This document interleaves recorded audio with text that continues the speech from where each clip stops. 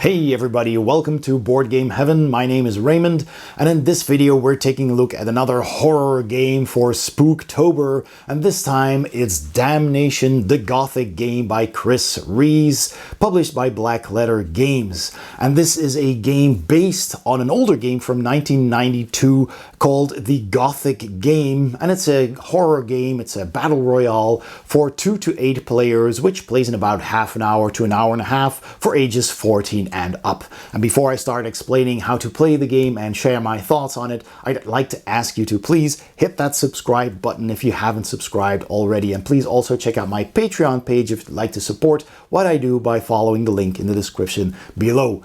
Patrons of my channel get their name in the credits, you get early access to all of my videos, you get access to Patreon exclusive videos that I make for my supporters twice a month, and you also save up for the Board Game Heaven enamel pin. Alright, let's quickly set up a game. To set up a game of Damnation, you take the board, put it in the middle of the table, separate all the different room cards and give those decks a shuffle. You would normally put them next to the board, but since I have limited space in my frame here, I put all the room cards in their corresponding rooms. And you also shuffle the castle deck, the vampire deck and the heirlooms deck and just keep them to the side. Also shuffle this red haunt deck and take the death knell cards, which are these cardboard thick tiles really. There's 8 of these, give those a shuffle and put 5 on the corresponding spots at the top of the board right here and keep the other remaining ones nearby. Take these trap tokens, put them face down. There's traps on the other side, of course. Just put them face down, give them a shuffle, and put them randomly on all these red spots on the board which have traps. You should end up with 3 trap tiles left, which you just keep near the board without looking at them. Keep all these soul tokens nearby within reach of all players. Keep the vampire board nearby and add this vampire counter. Put it on spot 5. Just keep this within reach. Place the vampire standee on the board in the vault. Then every player picks one of these 8 character boards. So you just pick a character that you want to play. They all have their own skills. You have 3 skills that are the same for every player and 2 that are unique to that character. 2 of them are passive and you can use them at any time, whatever it says here, and 3 that are active that you'll need to spend tokens for to use them. So when you've picked a character, you also take one of these heart tokens, you put it on spot 10, which is used to track your health. And you also take 3 of these talent tokens, which you then put on these spots on your board to indicate that those talents are still able to be used, and once you use them you flip those over, but more on that when I explain the rules. You can give every player one of these rules reference cards, which have the turn structure on one side and a resolution phase on the other side. Keep the 4 dice nearby. There's 3 red ones and 1 black die, so just keep those within reach, and then you're ready to play. So let's explain the rules. The goal of Damnation, the Gothic Game, is to be the last person standing. It's basically a Gothic battle royale. At the very start of the game, you start with a phase, a one-time phase called the Arrival. And that's when all the guests, these villains, arrive at the gates of the castle. And at that point you take your standee. So if I was the Lost here, which is this character, I just take that standee, place it at the gate, and every other player does the same. So let's say there's a 5-player game going on and these characters weren't picked. Then all those players take 3 cards from the heirloom deck and keep those cards to themselves in your hand. So let's have a look at these cards here. So I got a couple of cards, and most of these cards are action cards that you can use at a given time, usually also outside of your turn, depending on what it says on the card, of course. It will tell you, the cards will tell you when to use it. Here it says play at any time, for example. This is, of course, when you roll dice. You can change a single die roll, and this is played only on your turn. Now, you'll notice that all of these cards have a text here, which corresponds with some of the rooms on the board. So I've got the kitchen, the cemetery, and the great hall here. You could, of course, draw cards that have the same room on it. But from those rooms, you pick one to put your standee in, and before you do, you just pick that card. So let's say I want to go to the kitchen. I put that card face down on the table in front of me. I keep these in my hand. And then when everybody has done that, everybody simultaneously reveals their card. So I've got the kitchen. I'm going to put my character in the kitchen, and all the other players do likewise. So they might be in different areas. So let's just say maybe somebody else is in the kitchen as well. And then you just take that card back to your hand. And then every player draws the top 2 cards of the room they are in. So I'm in the kitchen. I will draw these 2 cards and have a look at those. So let's check them out. So we have a weapon and a protection card, and you can tell by the icons on them here as well. This is, of course, a weapon. This is a helmet, so that's some kind of protection, some kind of armor. And then you pick one of those to keep and put the other one back at the bottom of the deck that you drew it from. So I will keep the weapon and I'll put this one at the bottom of the deck. And of course, that other player who's in the kitchen does the same. And of course, the other players do the same for their rooms. Now, if you decide to keep an event or a curse, so let's just take a look at a couple of cards here. So for example, here we have a curse card, and here we have an event card. If you choose to keep one of those cards, then you have to act them out instantly. So events and curses are usually immediately resolved. So here it says, for example, roll a d6. If you roll between 1 and 4, suffer 1 damage, repeat 5 times. So that's pretty bad. You probably don't want to keep that card. But, you know, a curse isn't great either. And sometimes you have no choice. If these are the 2 cards you drew, then yeah, you might have a tough choice there. But so if you do, you know, events and curses need to be enacted right away. And if a event or curse tells you to target multiple players, that doesn't work during the arrival phase. That will only apply to that player who drew the card. Now, if a player chose a card to start marked with the gate, they draw cards from the heirloom deck instead, because the gate isn't actually a room and doesn't have its own deck. It says here on the board even you cannot return to this room. It's just the entrance really. So you take 2 cards from the heirlooms deck and keep 1. And that ends the arrival phase, and now the game proper starts. And once you've decided who gets to start first, you can roll dice to determine who goes first. The rulebook says to roll 2 dice and the highest score starts the game. And you simply play in clockwise order. And a player's turn is broken down into 5 phases. First one is what you do before movement. Then you got movement, resolution, other actions, and the end of turn. So let's go through those one by one. So before movement, at this point, the players should check if they have any cards in their hand or talents that they wish to play before moving. And the talents are, of course, those 5 talents listed on your character board. And after doing that or not doing anything, you get to move. So you take 1 red die, you roll it, and that's the number of spots you can move on the board. But every time you roll a movement die, you also roll the black die. You roll that simultaneously normally. So this black die has a number of faces on it, and I'll explain what those do after I explain standard movement. So a couple of rules apply when moving your character. First of all, villains must move the exact number of spaces equal to their movement total unless they have enough movement to enter a room through these door spaces here everywhere on the board, because that ends your movement phase.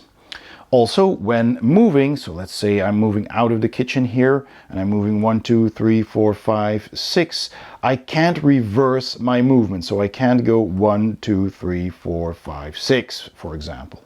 Any corridor space can only contain one villain, of course, because there's not enough room for multiple. And if my movement would end in a space that's already occupied, so if I leave the kitchen from here and I go 1, 2, 3, 4, 5, 6, then I have to choose a different direction. So I either need to go 1, 2, 3, 4, 5, 6, or 1, 2, 3, 4, 5, 6. Because once again, I have to use my full movement and I can't reverse. A room, however, may hold any number of villains. If no legal move is possible, then that villain must suffer 2 damage and re-roll the movement die.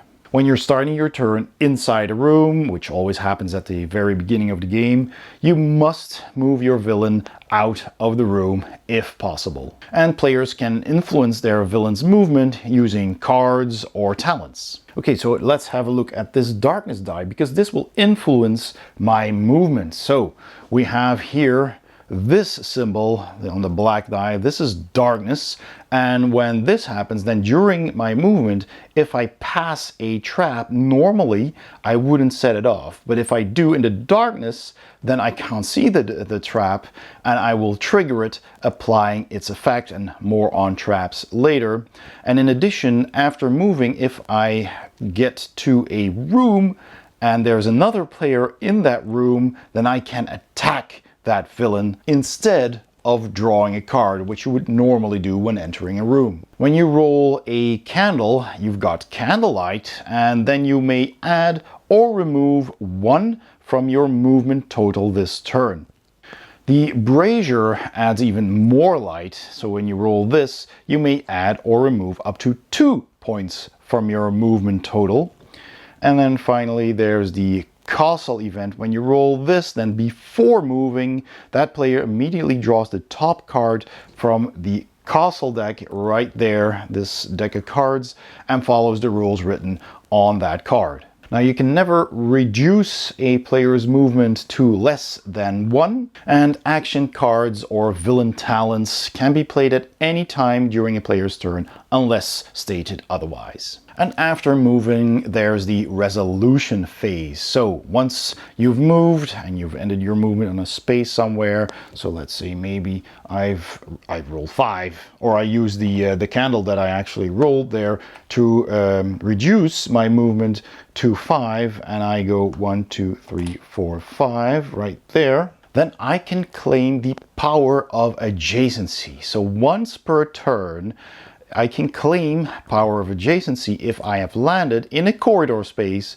adjacent to another villain. And that means that I can control that villain's movement on their next turn. So on their turn, that player rolls to move their villain as normal, rolling both of these dice. But the other player claiming power of adjacency gets to decide the direction they move in, including whether or not they want to enter a room. And if the player who's being controlled has cards or talents that affect movement, then that player can choose to play these as normal, but the controlling player decides how to implement any resulting modifiers. And if more than one villain declare power of adjacency over another single villain, then only the most recent villain to have declared power of adjacency is responsible for controlling that villain. Another thing you can do is to attack another villain. So if you're in a corridor and you're within line of sight of another villain, so that's just usually a straight line. So if I'm here, I can see this entire corridor and this one, not this one. But if I'm standing here, I could also see this one and this one. And if I have a weapon card in my possession, such as this one here, which is the cleaver here, then I check the range. That's the left icon here. Now this is a range of 1, so I would have to be here. And it does 4 damage. And this cleaver even says can be used to attack a villain in the kitchen. So had I entered this room on my turn, I could have attacked that villain. And some cards will have a longer range. There might be a crossbow or something like that with a longer range, so you don't need to be adjacent. You just count the number of spots. So if the range was 1, 2, 3, 4, 5, then I could hit, or more of course, then I could hit that villain with a ranged weapon. But in this case, I just had a range of 1, so I need to be adjacent. After attacking a villain with a weapon, I must discard that card unless it's a relic. And relics will have a crown icon in the corner of that weapon card. Now this one doesn't. This is just a regular weapon. So if I attack that villain doing 4 damage, they remove 4 hit points from their character board, and I discard this card, which is the kitchen card. And you put that back at the bottom of the appropriate deck. The attacked player can then choose to play any number of action cards or protection cards to affect the outcome of that attack, to maybe reduce the damage they get. And unless otherwise stated, a villain can only attack once per turn, even if they have multiple weapon cards in their hand. And of course, you cannot attack a villain that is in a room from outside of a corridor, even if you're standing on the door space. And unless otherwise stated, villains cannot attack each other inside a room. Those are safe spaces unless otherwise stated. And there is one exception, which is the courtyard. And it does say on the board right there, you may attack another player in this room instead of drawing a card. And once again, you can also do that if you roll the darkness result on the black die and you enter a room on your movement turn where there's already another villain, because then it's dark and you can attack them because nobody will know it was you. However, you cannot attack and claim power of adjacency in a single turn. So you either choose, if you're next to another villain, to claim the power of adjacency and control their movement on their next turn, or attack them. Other things can also happen during this resolution phase. One of those things is if a villain ends their turn on a secret door, such as this one or this one. There are certain spots on the board that are secret doors. And when you end your movement on one of those, then that player may choose to place their villain on any unoccupied secret door space on the board and finish their movement there instead. So if I'm ended here, so I can't do it while walking and then continue moving, I have to end on such a space.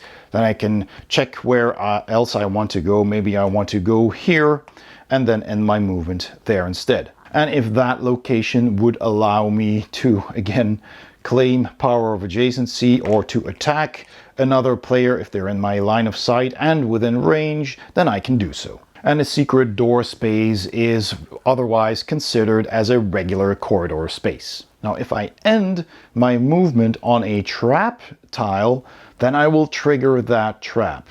I can normally just move through these because I can normally see that there's a trap and avoid it, unless I roll the darkness symbol on the die. But otherwise, I will only set them off if I end my movement there. And again, I have to use all of my movement, so it might happen that I'm in a space where every turn will take me onto a trap space. And when that happens, you simply flip over the trap, check what it is, and then execute the consequences. And there are 5 types of traps explained in the rulebook here.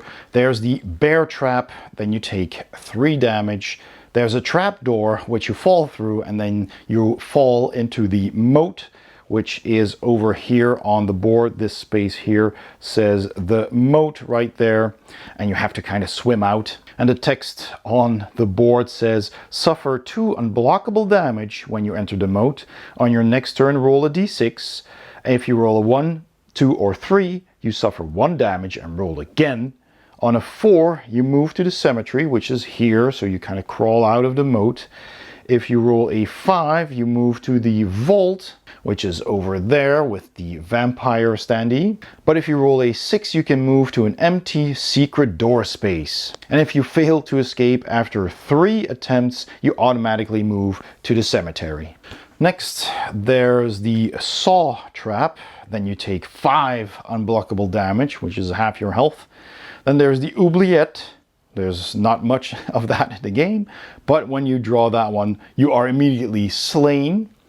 And of course, there's also traps that are secretly secret doors, and you just flip that over and it becomes an extra secret door.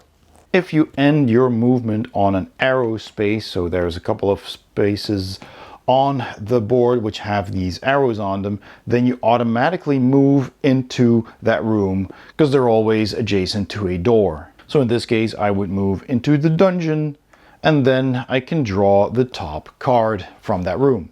And it can happen that you are inside a room and you want to move out, and you roll a 1 and you don't roll a candle or a brazier to influence that movement. You roll, for example, a darkness or a castle result, and I only have 1 movement and I have to move out of a room when I'm in a room, so I would move out through the only door available here, which has the arrow, and then I immediately enter again so I can again draw a card. The cemetery here has 2 arrow spaces, which means this will move you there and this will move you in here. This is basically a slope. Then there's the 4th phase on your turn, which is doing other actions. You can now, if you want to, play any number of action cards or use talents that you would like to do before ending your turn. And then phase 5 is actually ending your turn. If there are any effects that state they take place at the end of your turn, you activate those now. You return used cards to the bottom of their decks, such as the weapon I used. I discard down to my hand limit, which in normal games is 6.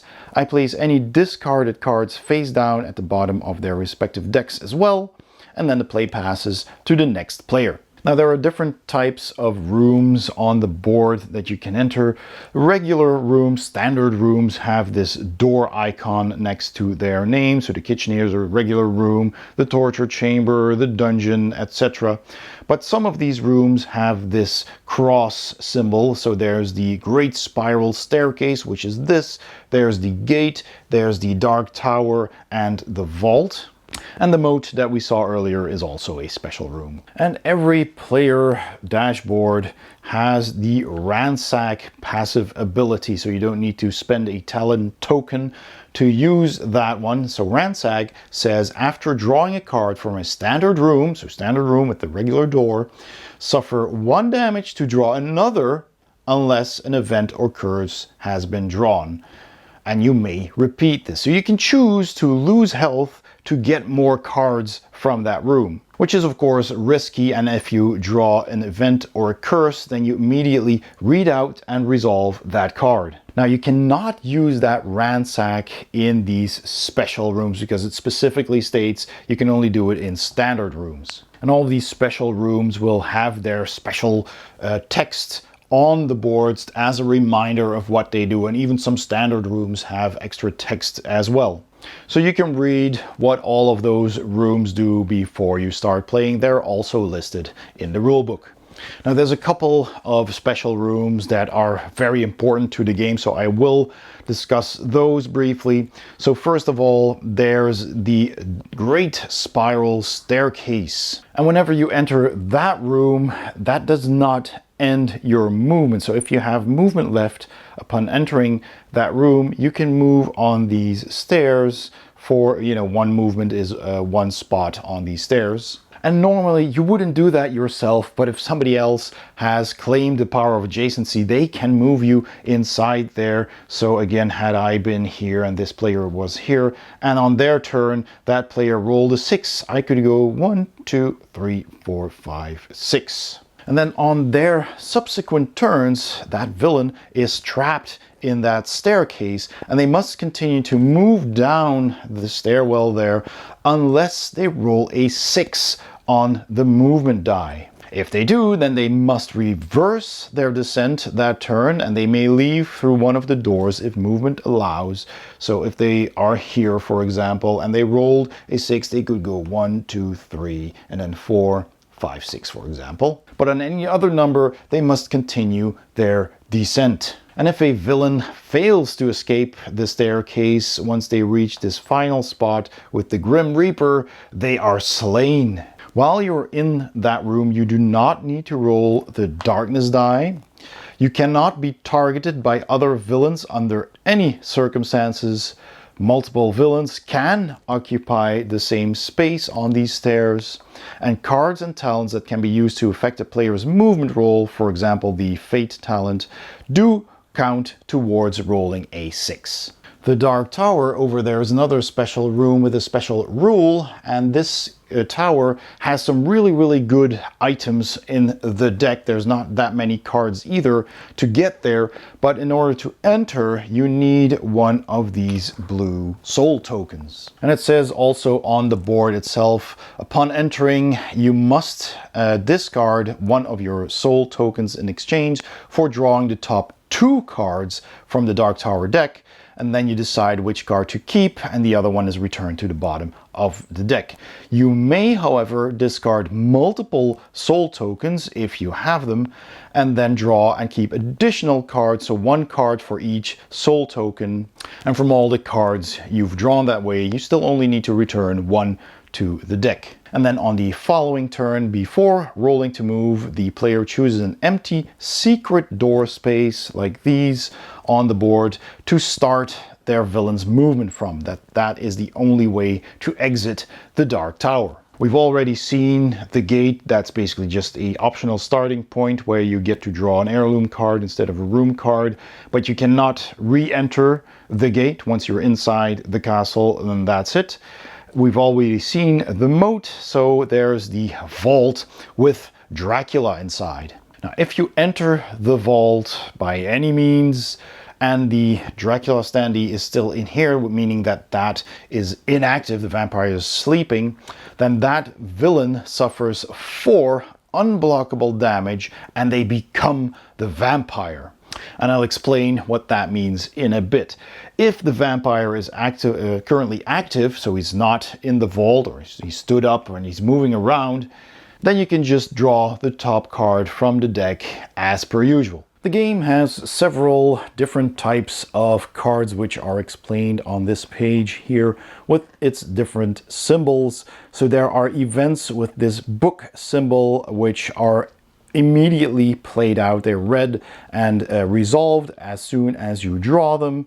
There are curses which are basically similar to events, but they have a negative impact on the villain who has that card, and you put that card on the table in front of you, just open. That's open information and is in effect as long as you have that card, but it doesn't count towards your hand limit. Then there's weapons, which we've already seen. You use those to attack other villains with. There's protection cards with this symbol which will reduce damage that you take. They have symbols to represent different rules for the card, and it can be played at any time. These are actions, so these cards can be used at any point during your turn unless it's otherwise stated on the card. And there's vampire cards with these teeth here, and only a player active as the vampire can use those cards.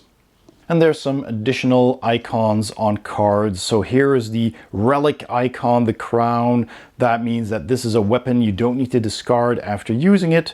We've already seen the skull, which is the damage a card will do, and the range it has.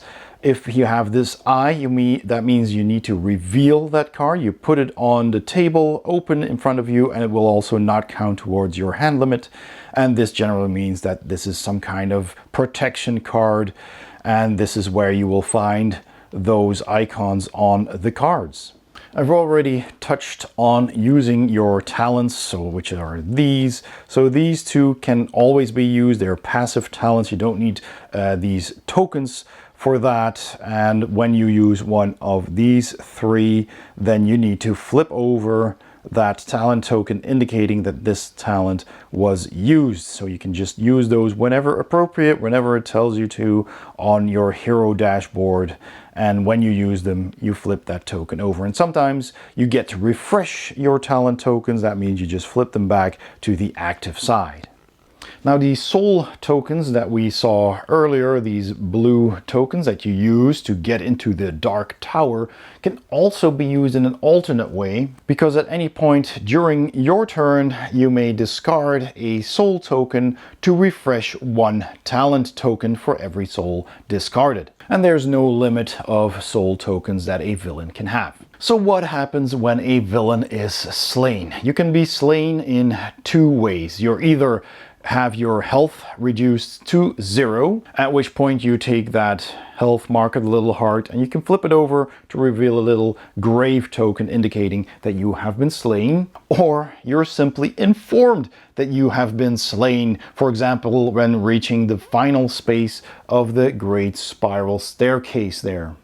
And whenever a villain is slain, you do the following. First of all, you reveal one of the death knell cards. So you simply take that card and flip it over and then say what is written on it. And they usually have some sort of effect that stays in play for as long as that card's there. And when all 5 death knell cards have been revealed, something called the fall is immediately triggered, which is kind of like a sudden death. Well, I'll explain that in a bit. Then the villain responsible for slaying another villain, if any, gains a soul token, and any souls that were held by the slain villain are also going to the villain that slayed them. That player also receives any cards that the slain villain had, except for curses. Curses are returned to their respective deck at the bottom, and the villain slaying another villain can do so in a number of ways. You can simply attack them with a weapon and reduce their hit points to 0, like I said.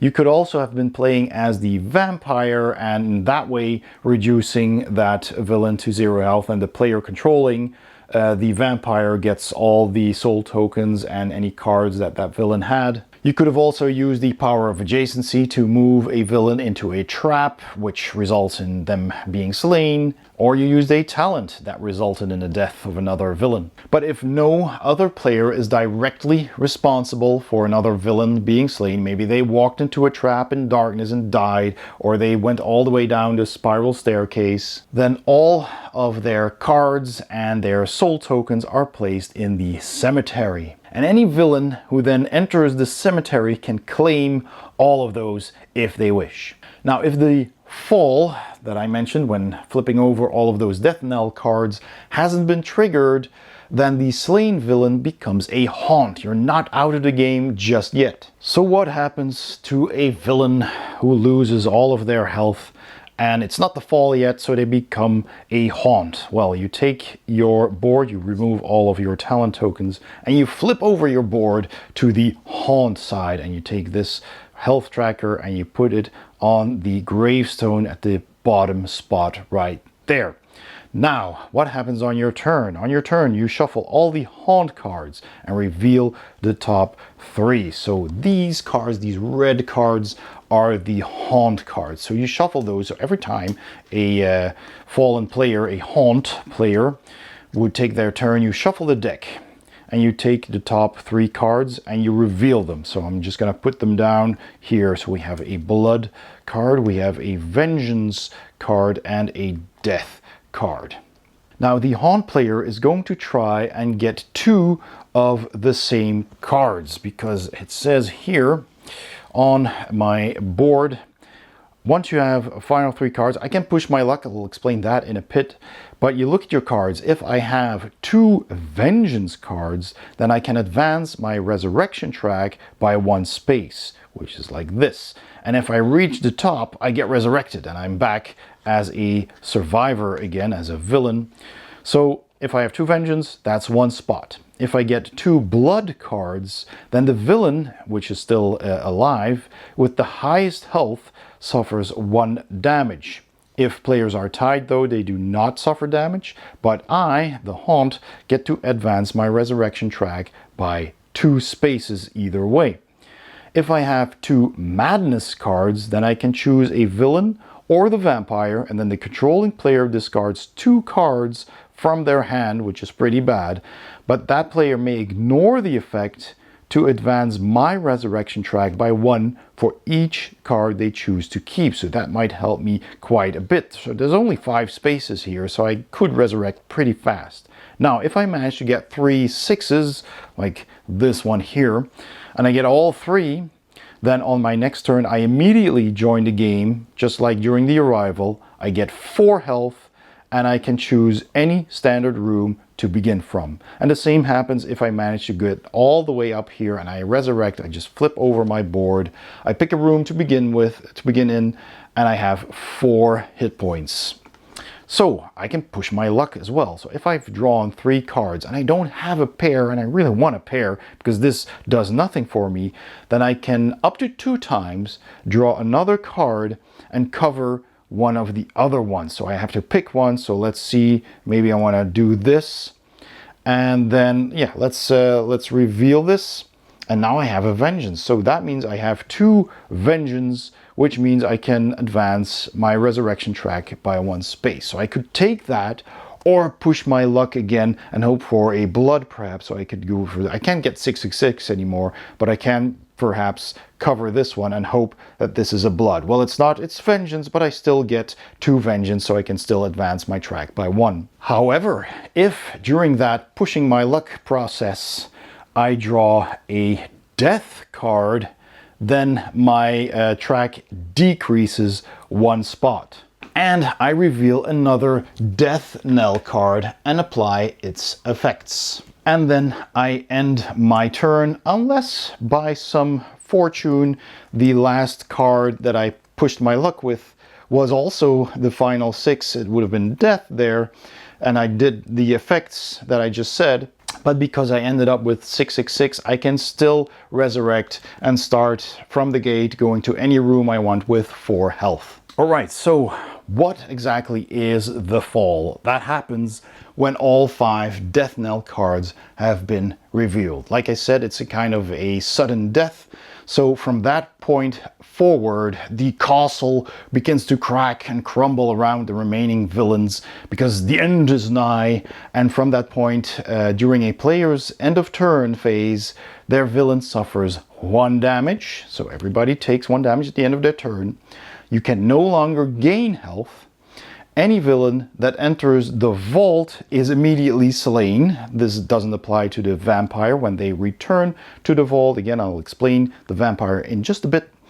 And villains can no longer haunt the castle either. So if you become slain and you would normally become a haunt, you are eliminated from the game. And if you already were a haunt, you're also eliminated. So what happens when a player becomes the vampire? So first of all, you set aside any cards that aren't vampire cards. So their villain board and their cards, you just set them aside for now, and you put your villain standee in the vault. For as long as that player remains the vampire, that player's villain in the vault cannot be targeted by any cards or effects, including damage from the fall. That player also takes the vampire board, which has all the instructions for being a vampire printed on it as well, and you put your standee in the place where you became the vampire, which is often the vault. You put the vampire turn tracker on spot 5 there.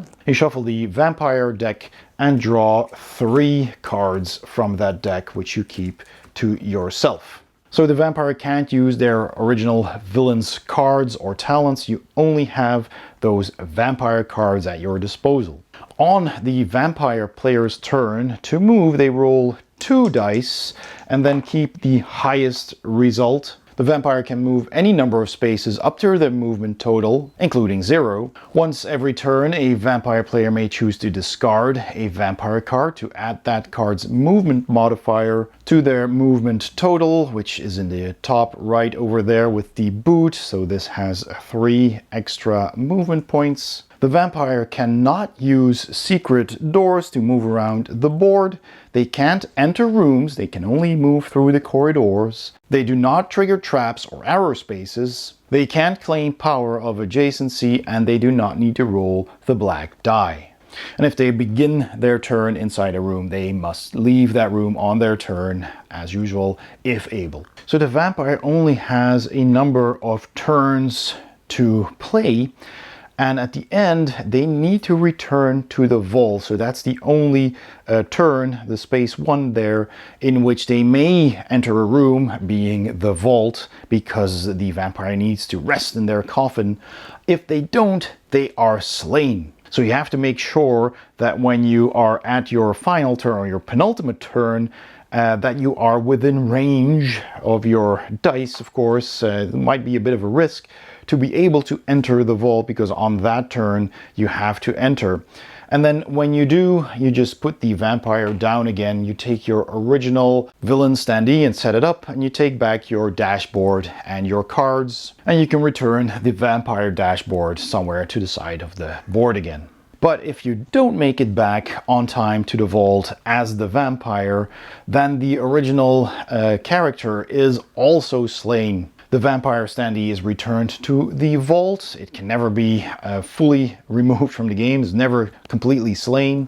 But that player becomes a haunt unless, again, the fall has already been taking place. So what can you do as the vampire? Well, when you start your turn as the vampire, you draw these 3 cards from the vampire deck, which you can also, like I said, use for movement modification.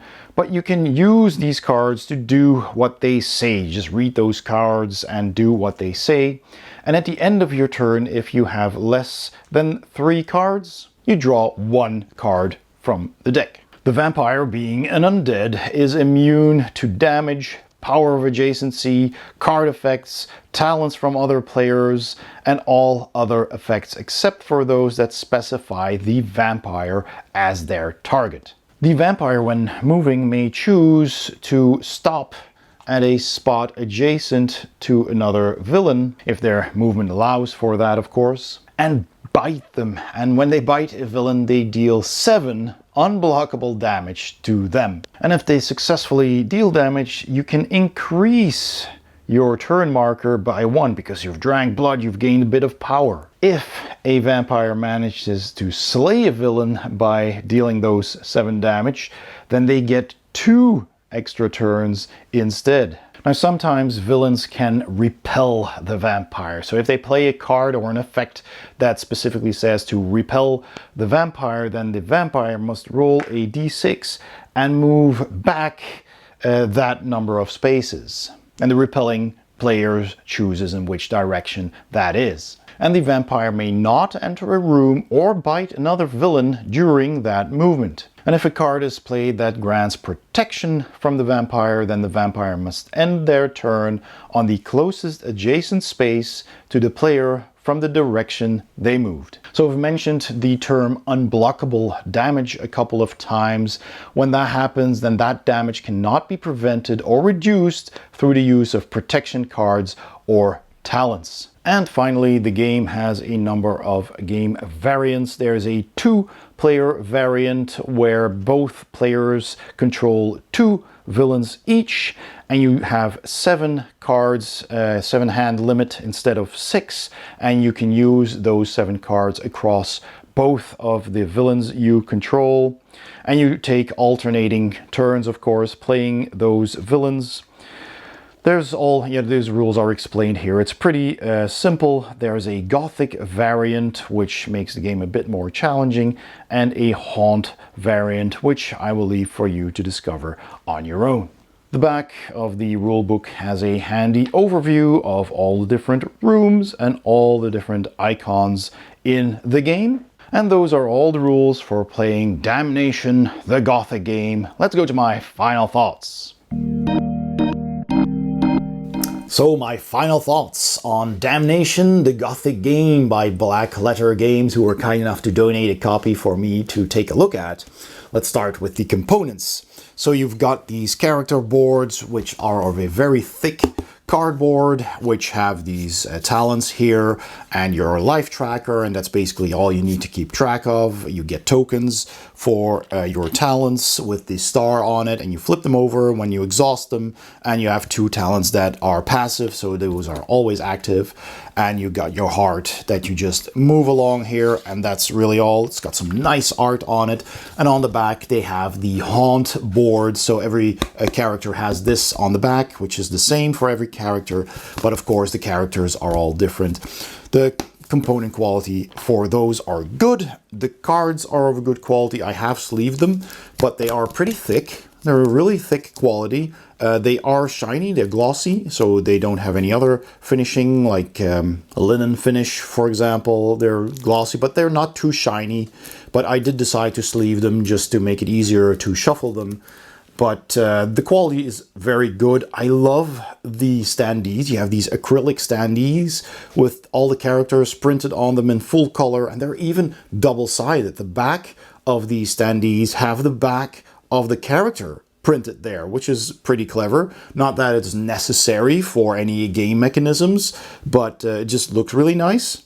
And you have 8 different characters, and of course the vampire standee, and they look amazing. It just looks really, really nice. You get a bunch of dice. I love the blood red dice with the black pips, 3 of those for movement. You might need 3 in some occasions, specifically for the vampire. You have the black die, which is also nice. All the custom sides are engraved and painted white, so they're very clear, really nice. They have rounded edges, so they roll nice. I love these Death Knell cards. They're basically also tokens, big tokens, because they're the same thickness. And they have this really nice silver lining on the back of them. And of course, nice art and a little bit of text on the front. But they look really cool. There's, I think, 8 different... Yes, there's 8 different ones. You put 5 on the board, so you get different ones every time. And sometimes they require you even to replace one after a death knell has been read out and resolved. You draw a new one. That does happen. And you also have these red cards for when you are a haunt. You play a little mini game. The board is of a very good quality, very thick cardboard. It folds in 6 parts. It's nice and big, clearly printed. And even the insert is good because you get slots for everything. You have 3 slots for all the cards, which is plenty of room, even sleeved. Even with premium sleeves, you still have some room left. There's 2 slots for the Death Knell cards and the Haunt cards. There's a slot for all the standees, and there's a slot for the tokens and the dice. So everything has its own spot, and the board fits nicely on top, held in place by these 2 walls on the sides. And it's not bigger than it needs to be because it goes all the way to the bottom. It's optimum use of the depth of the box, so you don't have any, like, lots of air underneath the insert either. So it's a pretty compact box for all the stuff that you get, so that's good as well. The artwork is phenomenal. I love the art on this. It's very dark and gothic, just like the game wants to be. It's a thematic game, and the art really reflects that. It's beautiful. All the art on these character boards is very nice, and even on the back for the haunt. And the rooms are nice. It's all very dark and spooky. It's a bit like line art colored in. The box itself looks amazing as well. There's plenty of art, and each and every single card has its own different artwork, which is absolutely done very lovingly. All of these have really, really cool art on them. So artwork, perfect. Just really, really moody and dark and horror themed, and I love it. The theme is also just the same, you know, dark, horror, moody. So thematically it already looks amazing, but it also plays very thematically, because not just the gameplay, because you're all chasing after each other, trying to kill each other, looking in rooms and rummaging through to find a weapon which you can use. Sometimes an event will happen, which isn't always good for you, but there's risks, of course, in this dark castle, and there's the vampire roaming around. So all of that is already very thematic. But also the flavor text on these cards is hilarious. It's the thematic and hilarious, and it's just super fun. Read the flavor text when reading a card. It adds to the gameplay, and I'm not going to spoil anything, but there's just super, super fun little bits of flavor text in here that'll definitely make you laugh.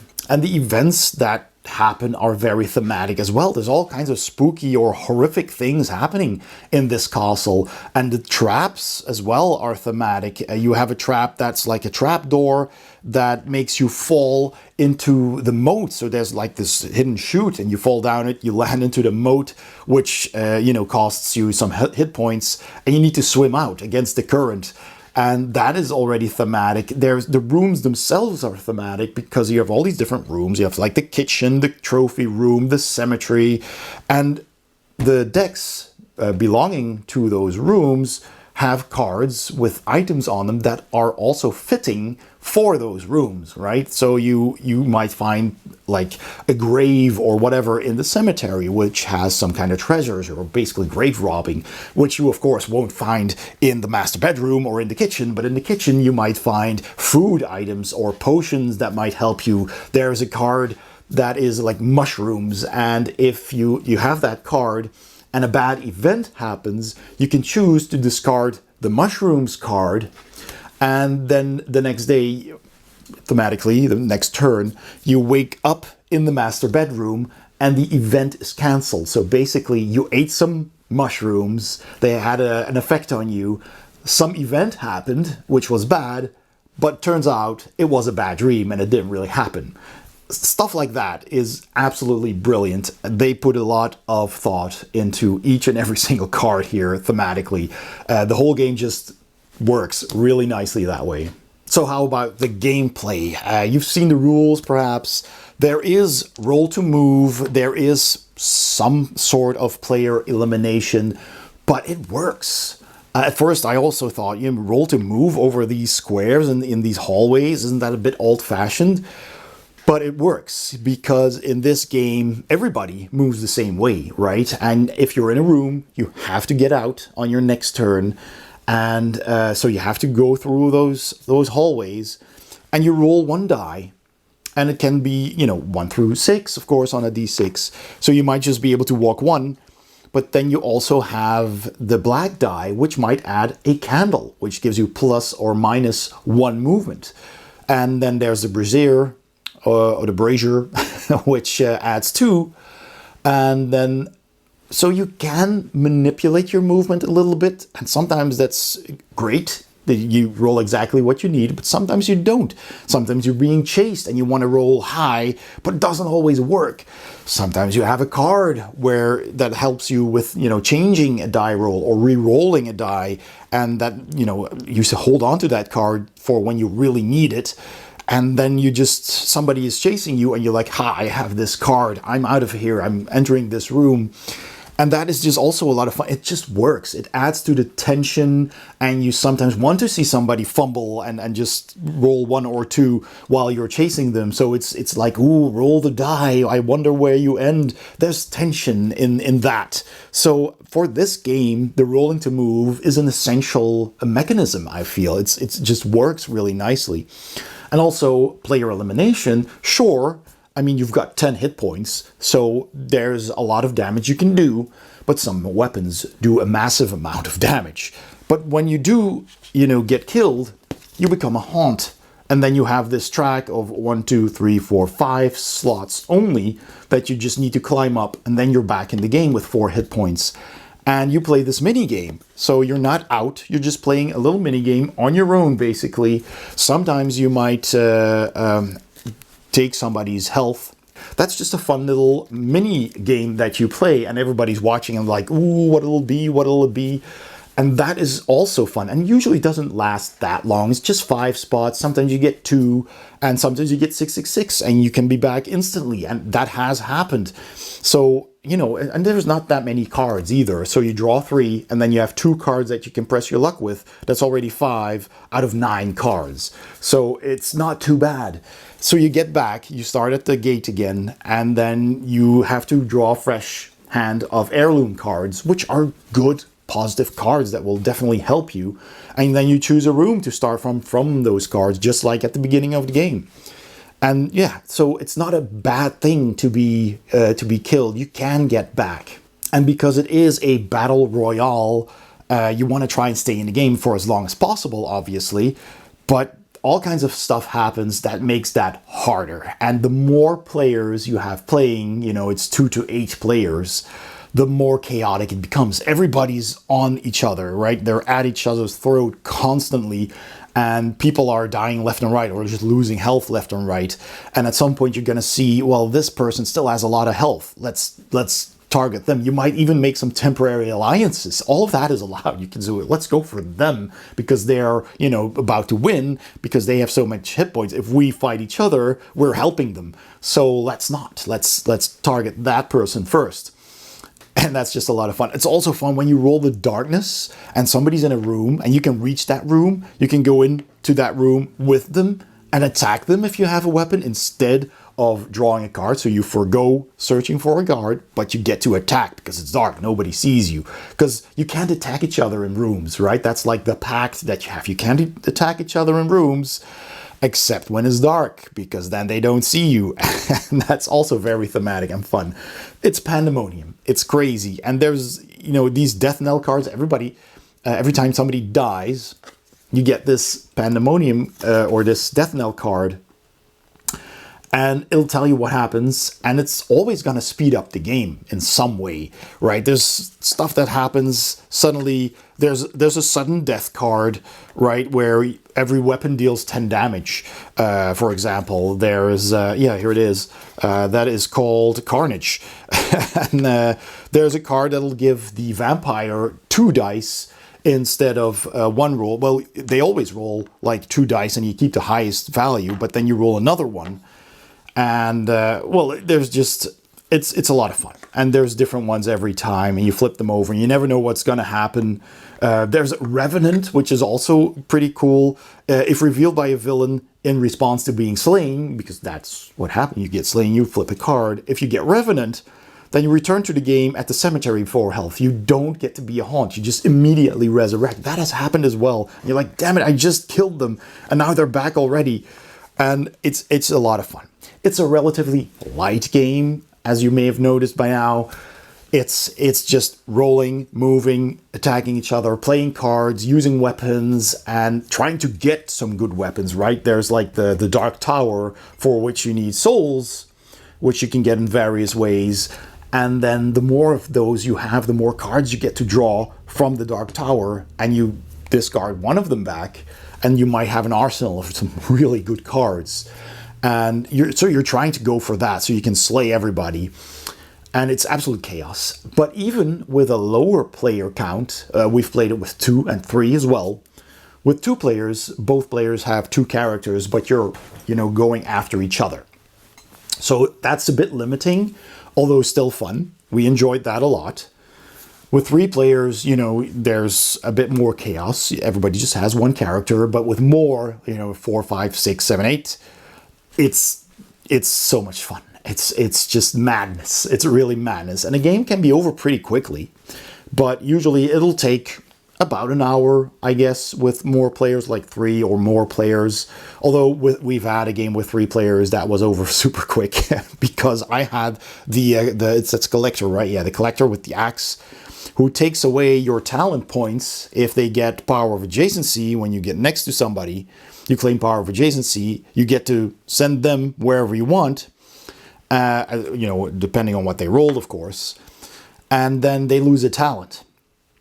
So you move them somewhere where you can reach them again next turn, or maybe you want to walk them into a trap, which makes them lose hit points. And then when they don't have any talents left, the collector can use one of his talents to instantly kill somebody, even without a weapon, which is of course super powerful. But they all have these powerful talents which feel overpowered, but they just work really nicely. It feels overpowered, but it's balanced. So in the end, I would say it's a highly thematic, sometimes with a bit of pusher luck, taking risks, battle royale, kind of beer and pretzels kind of game, if you catch what I mean.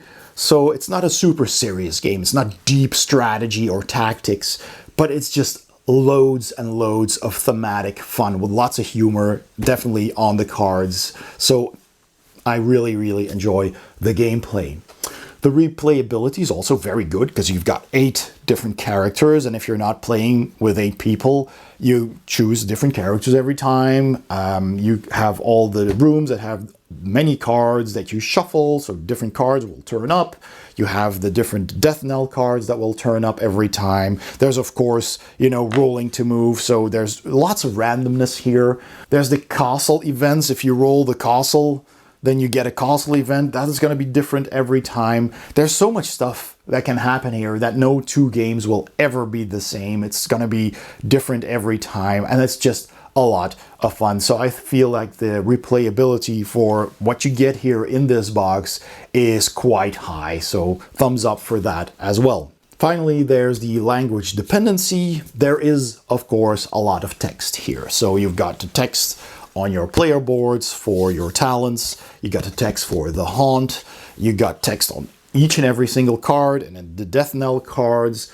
So it is very text heavy, although not too heavy, of course. There's not that much text, but it is all, of course, in English. So you do need to have a firm grasp of the English language to be able to play this game. So if you're not native English speaking, you need to keep that in mind. But if you do, I can absolutely recommend this game. I've had so much fun with this, and still do, when we play this a lot.